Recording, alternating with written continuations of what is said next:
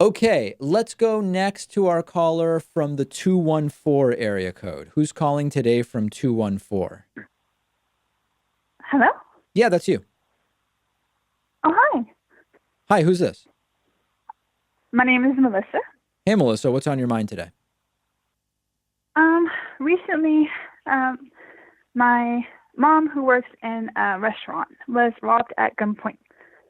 Oh my It goodness. was it was in, the person was unmasked and the person came in broad daylight. I think they had someone come in and just like scout the place to see if there was a low in customers, which there was at that time. Hmm. And so she was robbed at gunpoint. So I almost lost my mom to gun violence, which is something that happens a lot. And I don't really hear any of the candidates talking about gun control. So I wanted to know, I don't know, I feel like, especially where I'm from, there is a lot of pushback whenever we talk about gun control. So where is it So I that just this wanted your happened, opinion. Melissa? What part of the country? Texas. Texas. Okay. I mean, so Yeah, and I mean, there's here's the unfortunate sort of reality on the gun issue.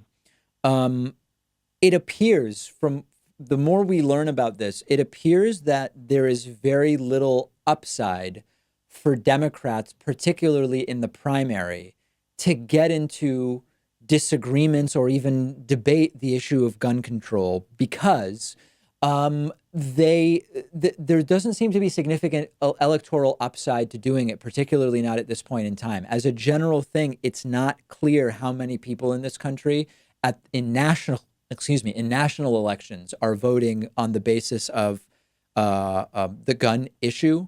And I think that there's just a reality that right now there's very little incentive for the Democratic candidates to start arguing with each other very much on the issue of guns. You saw some disagreements actually during the debate when the topic of guns came up. But I just think structurally, there's not an advantage to Democrats delving into it too much now. You'll probably see it more in the general election. okay. Yeah, my thing is though, people always say like one of the main defenses is if we outlaw guns, only outlaws will have guns. So I mean, how do we convince people?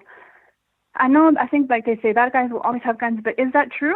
And if we do No, it's something not. with I the mean, if guns, you look at lots of other countries, you see that's not the case. And the thing is, it's very easy to say if we change nothing other than putting a bunch of guns on a now illegal list, then people who follow the law won't have those guns and people who break the law will have those. Yeah, obviously, but that's just a very cartoonish and simplistic way of thinking about it. We're talking about much broader changes that relate to the accessibility of these guns, the number of these guns that are even in circulation or available at all. Again, most guns that eventually fall into the hands of someone who obtains the gun illegally or is going to commit a crime with it, at some point that gun was legally manufactured and there was some kind of legal initial entry into the system. So it's too simplistic of an argument to say if you outlaw guns, only outlaws will have guns. It's not even really like a serious argument that's made.